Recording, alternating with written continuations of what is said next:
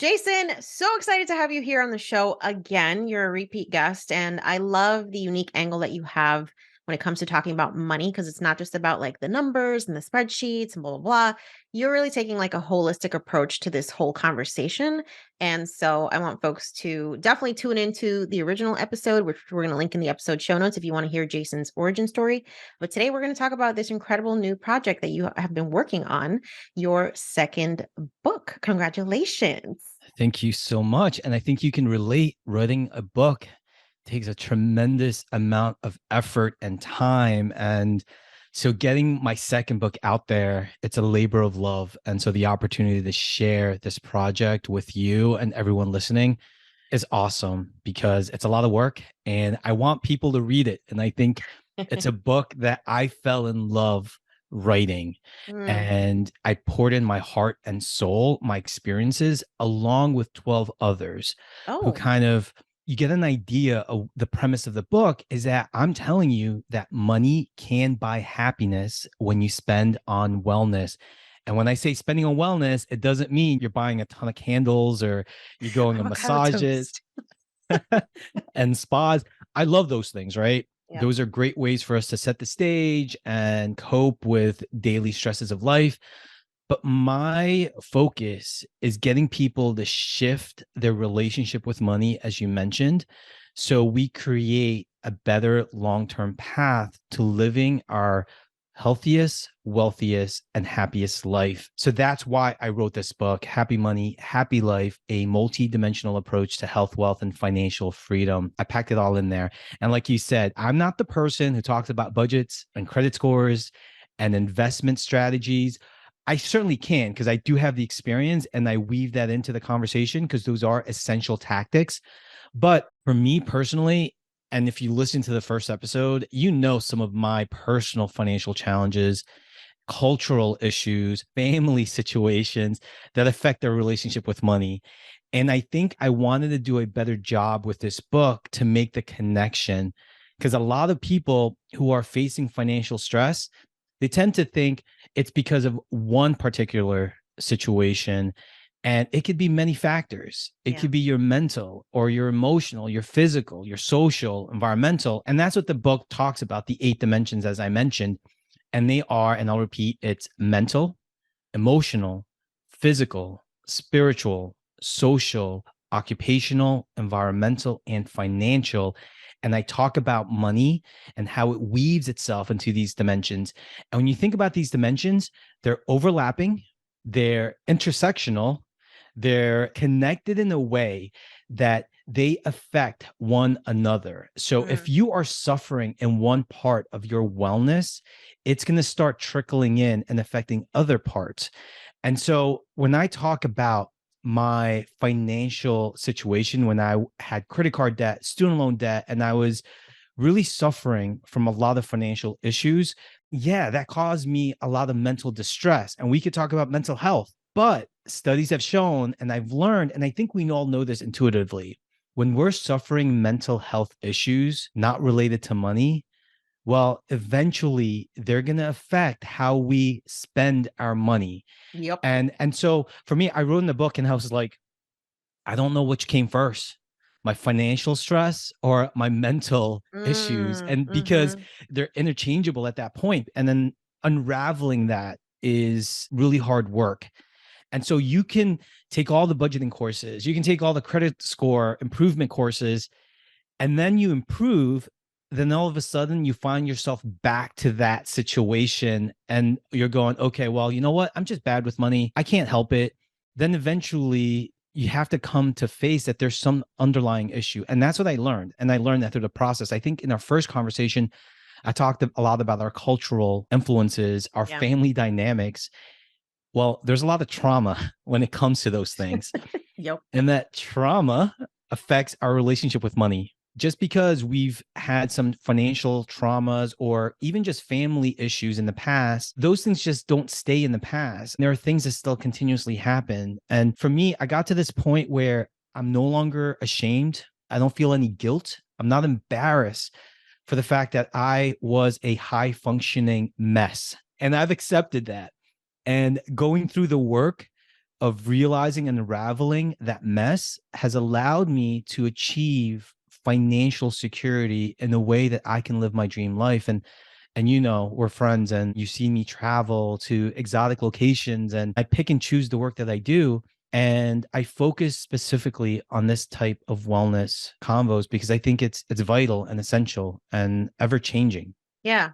I love everything about what you just said. I think the thing that I love most is this super unique perspective that you bring to the conversation around money, because I feel like a lot of the traditional mainstream media shames and guilts people into compliance. Yeah. It's like if you're in debt, it's because you're stupid or you're just like a bad person, right? And it's just like there's no consideration to all of the external factors that are playing into how you show up in the world, whether that's like you dealing with imposter syndrome and not advocating for yourself at work because you're afraid somebody's going to find you out, or you're dealing with scarcity trauma from growing up on food stamps as a kid. And that's why you'll just take any salary and you won't advocate for yourself at work, or you'll tolerate a toxic boss because you had toxic parents, right? So it just feels very familiar. And I think it's just really ignorant, and it's about time that that narrative gets shut down, because how your money shows up is directly related to your state of being as a human. Yes. Yes, it really is. And I think too, there's a lot of people that still continue to talk about shaming and embarrassing you and saying you're just a bad person. That's why you're bad with money. And the fact that you talk about this too, and you're very vulnerable in sharing what's happening in your life and letting people understand that we all are multifaceted, multi-layered, multi-dimensional. You might see our highlights because a lot of the times I know I do this. I post my highlights just to give myself a boost. And it's not to show off that I'm in Egypt or Israel. It's also for me as a reminder that it's been a journey to get here. Yeah. And I do share those ups and downs, those moments, but all in a way for people to understand that if you're wondering why you can't achieve these specific life or financial milestones, it's because of these multi dimensions that make you you. Yeah. And when we talk about emotions, and I want to talk about this a bit because when we are facing emotional upheaval because of work situations, family, relationships, the environment, or just stuff that we're hearing and seeing in social media and the news, those things are affecting our body, our being, because now we're responding emotionally to the situation in that environment.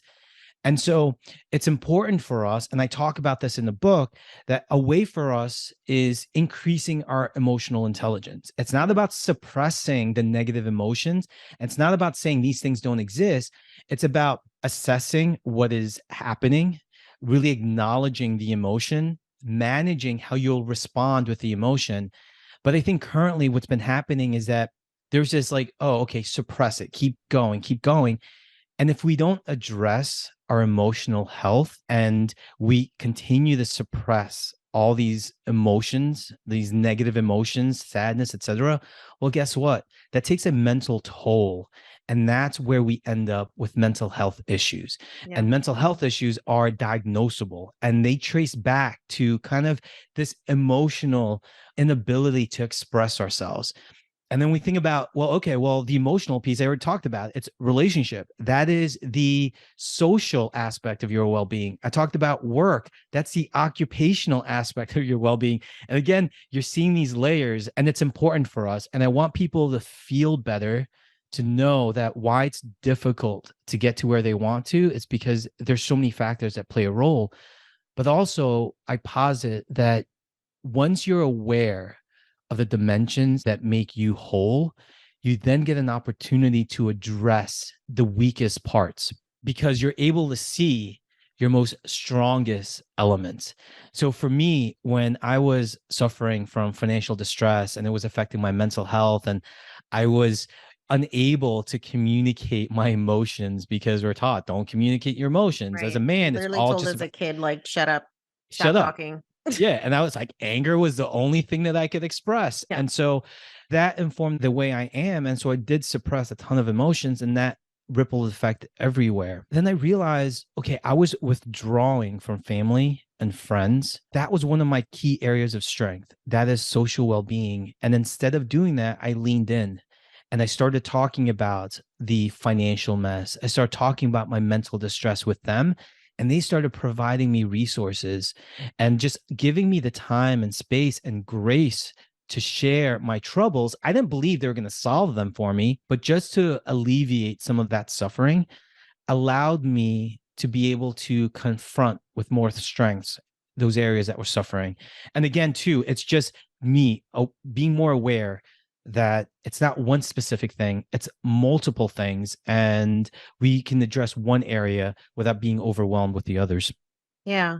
I wonder what you have to say to people who are like, Jason, it sounds like such a privileged thing to be able to address like my mental and emotional health. I'm just out here trying to survive. I'm living paycheck to paycheck. I'd love to afford a therapist, but I can't do this shit right now. I'm with you. It's overwhelming. And the reason why I wrote this book, it's because it's the book I wanted to write after You Only Live Once. But they told me there was no market for mental health, emotional well-being, and money. And after everything that we've experienced through the pandemic, the quarantine, people more actively talking about their issues, not specifically related to money, but their mental health challenges. They came back to me and said, Jason, remember that book you wanted to write? There's a demand for it. I think you're the perfect person to write this book. And I wrote this book in a place of sharing exactly what you described. I didn't have it all together. There was a point where I was kicked out of my house and I lived in the car for 2 weeks. So technically, Oh my and I'm God. laughing as I'm talking about this because, again, it's part of my process of unloading and lifting myself up away from the shame, living in my car and then bouncing around from friends' couches. That's something I never shared with people because I was so ashamed that I got to the point in the relationship with my folks being kicked out and then feeling afraid that I couldn't even reach out to people and Yeah. then going, okay, I'm going to live in the car for 2 weeks and shower at the gym. And so, what I want people to understand as well is that it may sound that I am in a privileged place because I've gotten my finances in a specific way. I have improved my network, but we all start someplace. And Yeah. that's the key. And if we're talking about mental barriers, the solution to getting over mental barriers is really adopting a growth mindset. And you talk about this a lot when people believe the only income that they can make is from a W-2 or an employer. And there's certainly many more ways to do that. And that really starts with unraveling the things that are making you think that you can't get out of your situation. Hmm. And once you do, you're able to then look at the resources that's available and take advantage of them.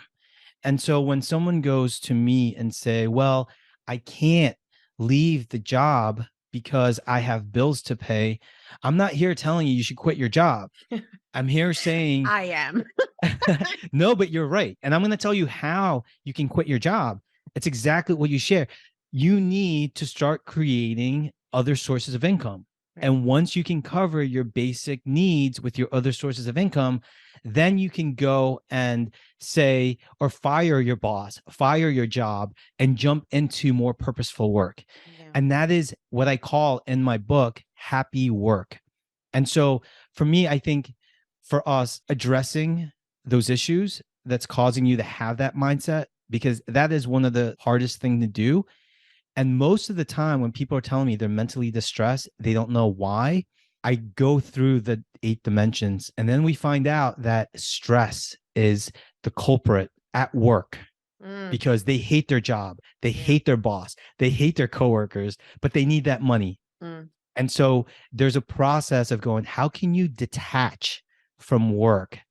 Do the minimum without putting you on the radar of disciplinary action, in the same time, allowing you to work on the side hustles, allowing you to work on the side gigs to earn extra income. Or someone will tell me, oh, I'm mentally distressed. I don't know what the issues are. And then they start talking to me about their relationship. And I go, okay, well, that is an area that's causing the distress. And if you are having issues with your relationship, you're going to start coping.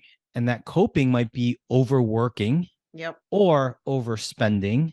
Now, again, we're beginning to affect all these other dimensions. And that's why it's important to understand that mental distress is going to be caused by something else within these dimensions. And once you understand that, you can then hone in your effort into changing your situation. And by changing your situation, you're actually improving your mind, your body, and then you're able to make better decisions. I think it's important for us to continue to have these discussions and say we're so multi-layered that we don't really Yeah. know where to start. And it's just a matter of figuring out where and tackling it from that point of view. Yeah.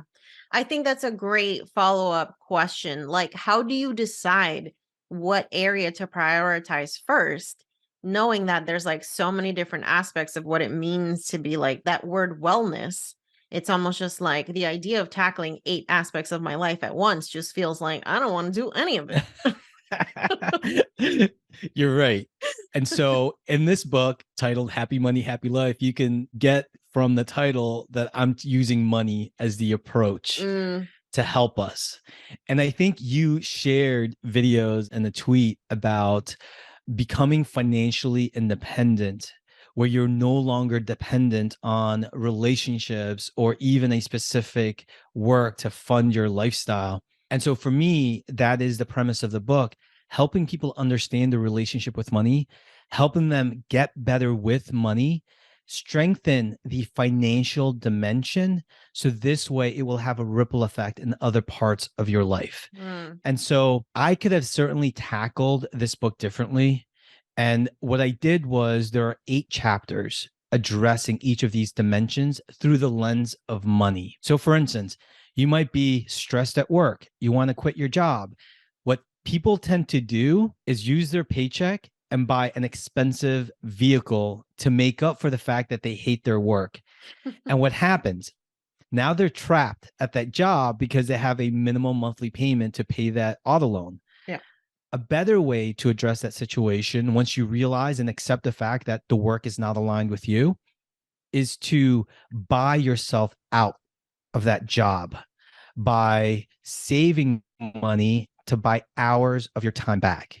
And that's one of the best ways to work on your occupational well-being, which I call happy work. The same thing with social wellness. If we're looking at our relationships are the issues, well, what can we do to create a nest egg to free ourselves from the financial entanglement that we have with our partners? And once you do, you start becoming more mindful in how we're spending. So we're no longer spending to cope, we're spending with a strategy to improve these other areas. And I can go on too in terms of happy space, which is environmental well-being. The places we physically inhabit affect our well-being. And so if you're living in a place that's cluttered, if you're living in an environment that's not safe, or in a community that doesn't align with you, doesn't offer you the resources that you need, well, do you know that affects you mentally and emotionally, and then eventually physically, because it manifests itself physical ailments? Yeah. But also it's going to start affecting your finances because you're going to go, I can't find the tool that I need. And you end up shopping for the same tool you've already have. Or I don't like the environment I'm in, and now you're spending just to get out of it. Then when you take a step back, you realize I don't have the money to do what I want to do, was escape my situation. But when you look at the dimensions, you look at it in those different areas, we can then focus our effort to utilize our money as a tool to repair, improve, and help out those other dimensions. Yeah. It's insightful how much money can play into this idea of happiness when we've often been told you can't buy it, right? And it's just like when I really think about the things that money gives us, they are somewhat intangible, like this idea of security, of the ability to rest, the ability to opt out of things that don't feel aligned. It's options. That can be anything to anybody. So this idea that like the pursuit of money is somehow just like kind of frivolous and superficial. Y'all don't really understand the power of being able to opt out of anything and everything that aggravates your life because you have money. That is right. That money offers us the opportunity to be able to afford the intangible aspects of what makes us happy or that brings joy in our life. We can talk about money can help me buy a home, a car, clothing, and etc. Those are the tangible parts of what money can do. For instance, housing represents safety and security. So if you're able to have more money and you can utilize that tool, you can then improve the housing situation that you're in. And not only are you going to have the tangible, you get the intangible effects of that money as a tool, where you're going to feel safer because now you live in a safer environment. You're going to feel happier because you're closer to the parks if you enjoy walking, or you're closer to family and friends. Yeah. And so I think too, like I push back because I hear a lot of people tell me, oh, yeah, money can't buy happiness. I'm like, okay, well, what do you want out of life that will bring happiness? And they'll say, oh, I want more options. Mm. I want more time with my family and my friends. Let me show you how money can buy those things and can buy you the options, or buy back your time so you can spend with your family and friends. And that's also part of that mindset shift we've talked about before, is that we have to understand that money is a tool to help us create blank. And once we start thinking about it that way, like what life are we looking to create? Not what are we looking to purchase, but what life are we looking to create? And certainly when we're looking to create a life, that includes some purchases. It's just looking at money in a totally different way. And it's a way for you to stay motivated in the trials and tribulations of just living in this world, the things we can control and the things we can't control. Because we Yeah. all know a lot of things we can't control. We can't control other people. We can't control the economy. We can't control the environment. And there's so many things, right? And that can be overwhelming. So we drill it back down and say, okay, what part of your life can you control? Mhm. And don't give away that control.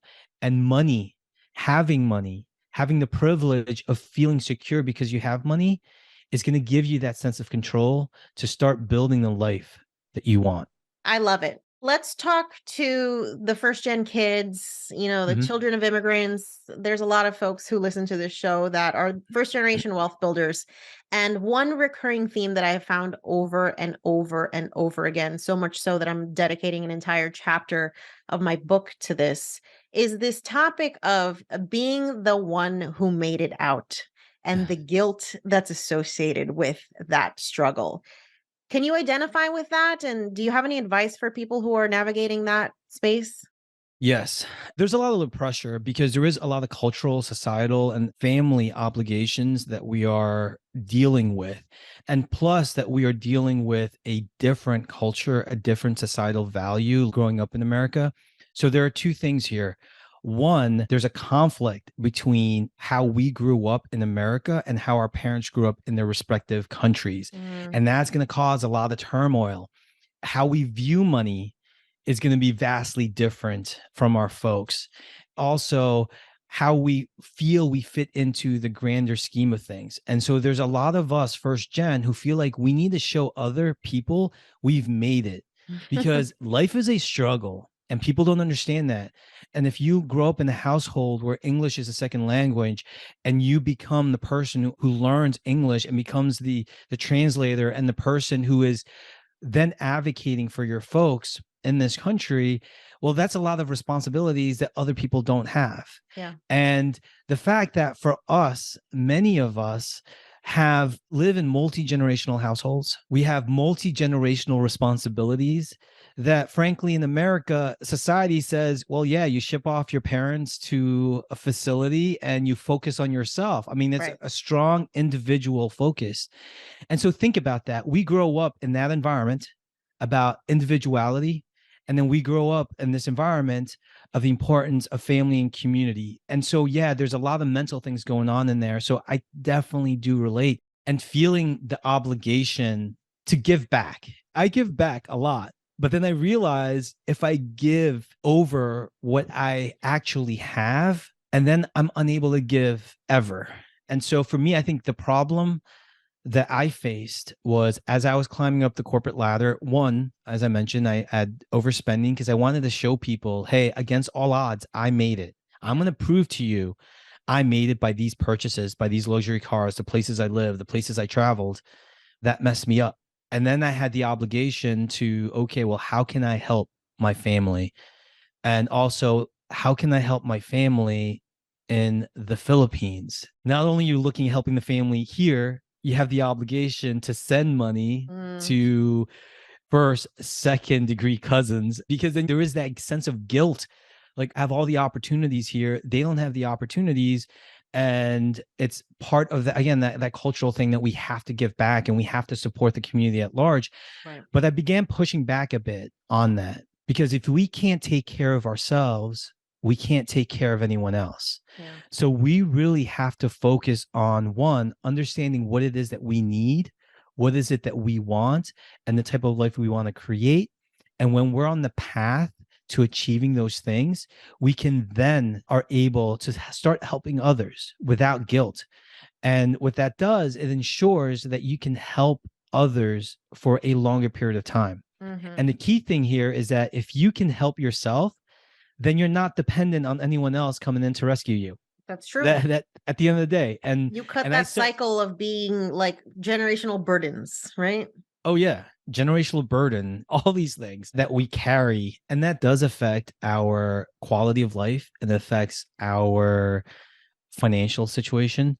And the one thing I also want to point to is that for us, I think we have the benefit of communal living, of having large families, and however functional or dysfunctional they may be, we have that benefit and we have that joy. Like, right, when you might be facing a lot of distress, but then all of a sudden you're at a party, and in the Philippines, like, they call it fiesta, because we don't say F word. Like, F is pronounced P, but you have those things where you can connect with family. And so that too is a strength, and relating that back to the dimension and social well-being. And so, yeah, like, I definitely relate. I know people are going through it, but my advice, focus on supporting the life that you want to live, become the example for those family members, and help when you are able to help yourself first. Mm, I love it. Okay, let's talk about another topic that I have found is very common for us in the first gen community.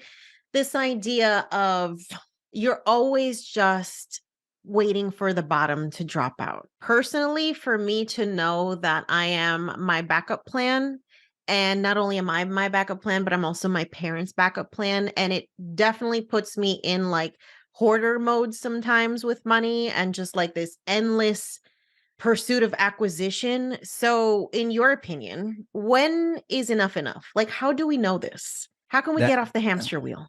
Well, that is the biggest life question. It's answering when is enough enough. And that really depends on each individual's person's circumstances and also how it relates to your core values. One of the key things and one of the exercises I share is, how do you identify your core value, and ensuring that you align your goals to those core values. And most of us, what we do is we align our financial and life goals based on societal, cultural, or family idea of what success is. And so, yes, if our goals aren't aligned with what we truly value, it's never going to be enough. And we're always going to be at the rat race of saying, okay, well, what is next? I've made $100,000 in income. Now I want 200,000, then 300,000. And that idea of never enough is never going to give you peace of mind, never going to allow you to experience true joy and happiness. And so, yes, as a first gen, as I mentioned, we have this unwritten way of living that we need to show others we've made it. And because there is a misalignment, we tend to go, okay, well, that's not enough.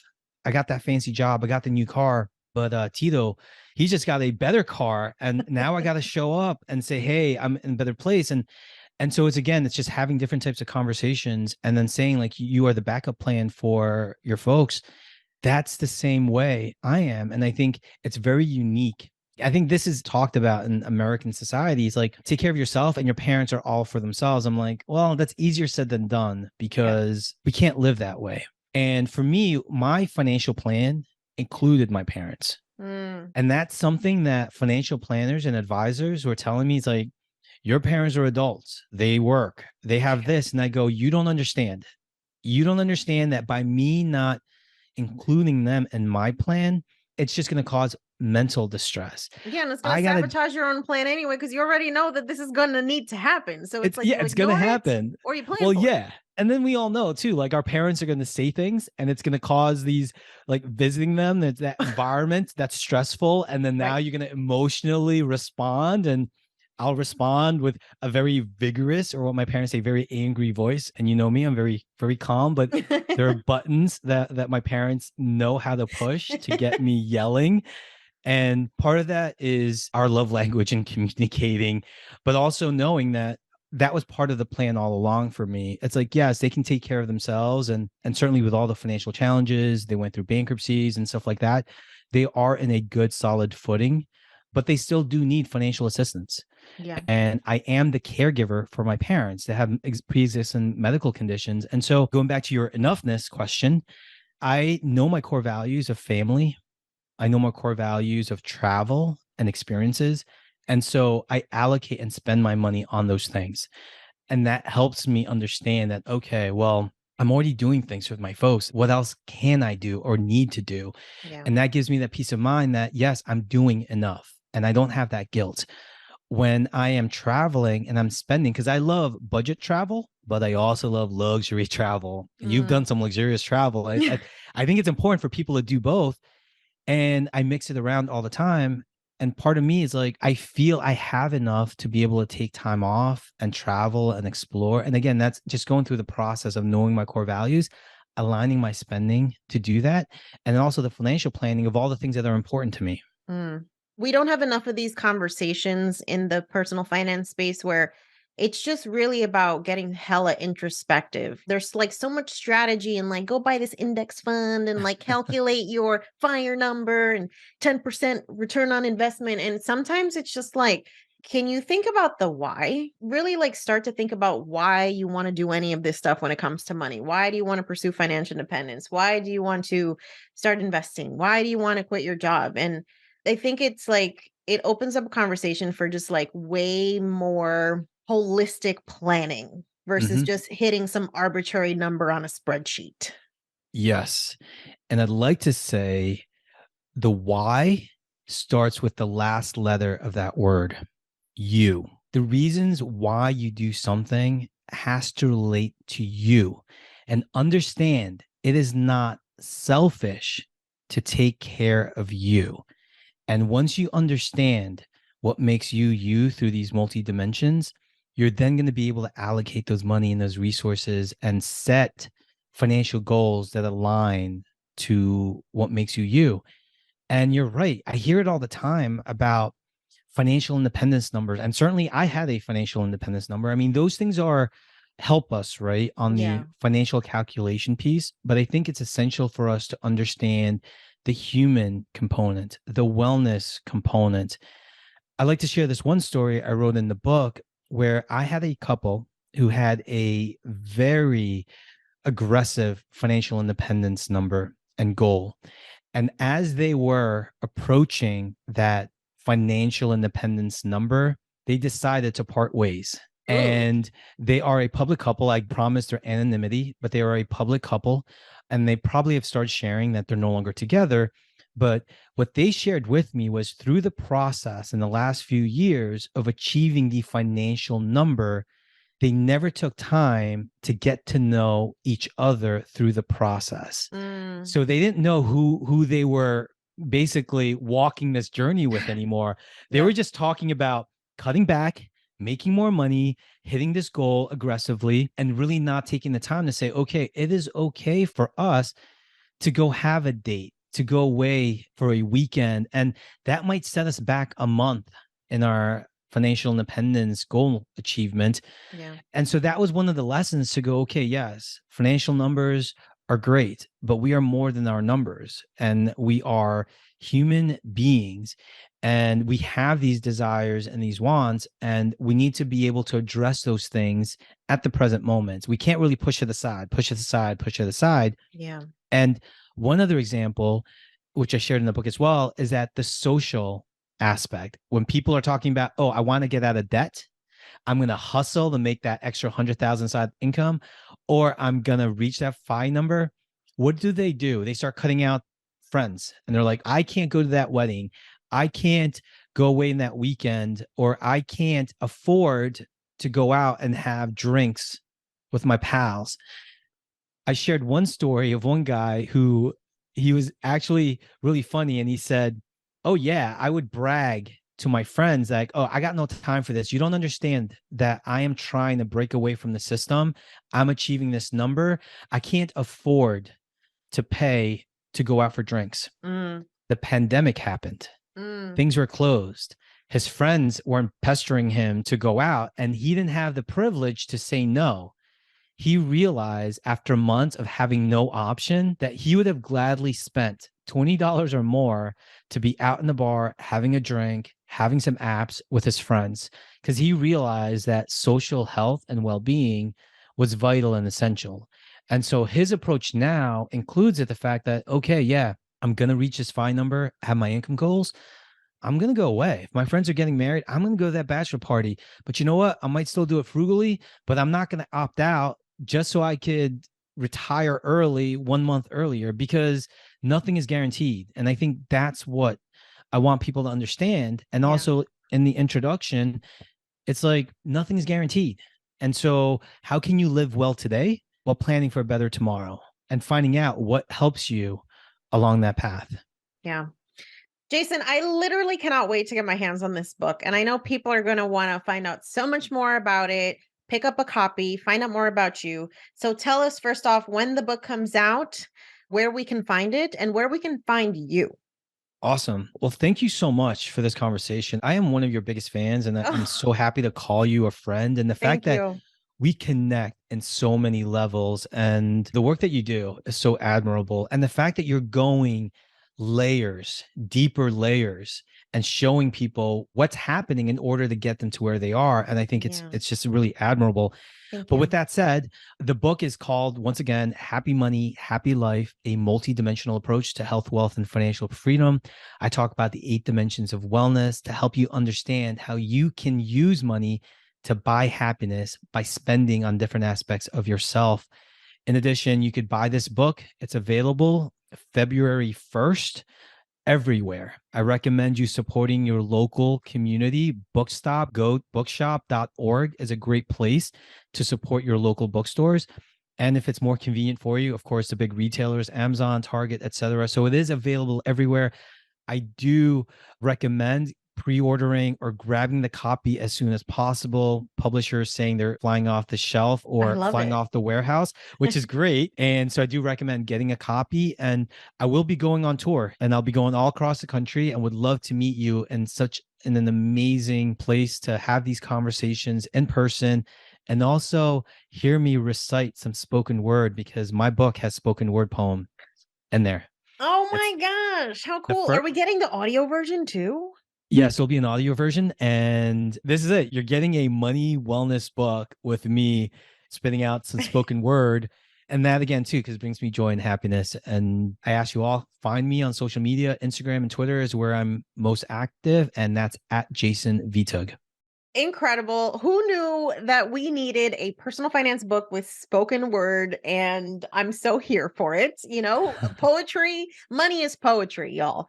And understanding the role that we play in creating our dream lives and how money plays into that is a conversation that I can have forever. So I'm so excited for you and this new book, Jason. Thank you so much for being here. And thank you for being a really unique voice in this space that invites us to approach money in such a holistic way. Thank you so much. Thank you. This was awesome. Thank you.